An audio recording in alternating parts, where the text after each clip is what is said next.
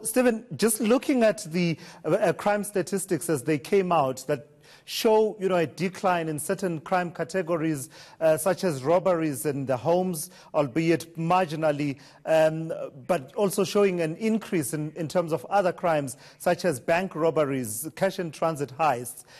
Can we take to heart the assurances that we are hearing from police authorities as high as the minister that we should expect that we'll feel safer in the coming weeks and months, particularly ahead of the festive season?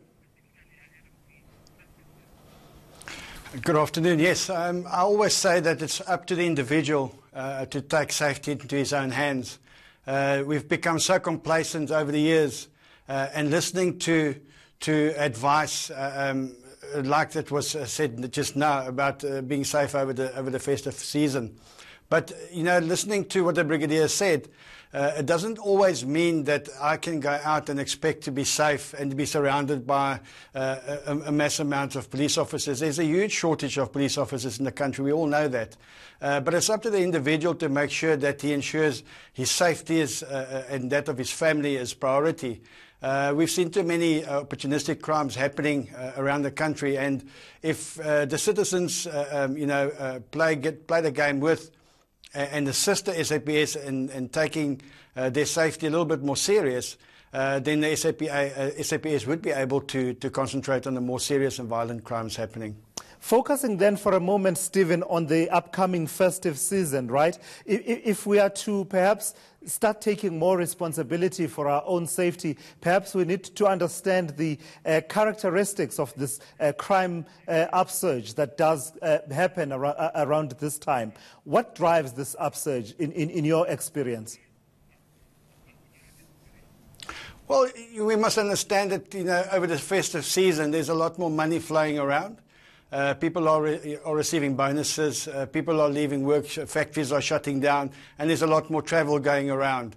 And criminals know that, and the most people that's going to get targeted are unfortunately going to be the commuters, people that's going out to buy bulk to take back to their homes for the Christmas season, etc. They don't have the means in the rural areas like we have in the urban areas to protect themselves as efficiently as we have here. So it's a bit difficult for them. But in the urban areas where we have the means, people mustn't drive around with large amounts of money. We've seen that in increase happening as far as knockings are concerned, where people go to banks with large amounts of cash and they've got nobody to escort them to the banks. And before they even make it to the banks, they've already been robbed. There's a lot of inside information that's leaking out. So I think what we must do as consumers and also as business people is to make sure that we've got strategies in place. If we're going to go out at night, especially the youngsters, don't carry large amounts of cash. Make sure you don't drink so you don't get into problems and become vulnerable. The biggest problem also we've encountered this with the older people, especially with the way the country and the finances are going. They become a little bit more complacent and they become trusting, like we saw with the SASSA events where people are now promising people food. So it comes down to education, but I think also we must make sure that we've got all our bases covered when we're out there. But what about these crimes where there's very little that you possibly can do to avoid finding yourself in the middle of a crime situation? Robberies at malls. Many people will be going shopping, and therefore you have no way of knowing that you'll find yourself being in the crossfire of an ongoing crime. Robberies at banks, for example. What can you possibly do as an individual to sort of keep yourself safe from that? Okay. I think a lot of the times, we must remember that we've got a flight or fight syndrome. Everybody's got that built into them. We must know what sort of person and personality traits I've got. If you go into a bank and there's a bank robbery and you get told to lie down, then you lie down, you have to comply. It doesn't help to fight back. You're on your own, you're unarmed, these people are armed, they're going to shoot you. The same happens when people go out and they get hijacked. People want to fight back because they want their car or they don't want to let go of their handbag. Those are insurable items, and if it's not insured, it's replaceable. But they must remember that life, once it's taken, it's taken.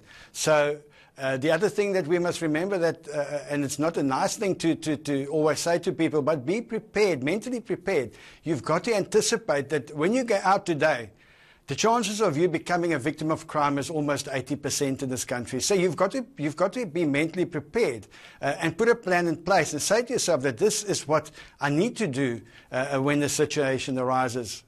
Sure, that's ominous there, Stephen, but valuable advice to give. Thank you so much. That is Stephen King, who is the founder of the organization SA Community Crime Watch.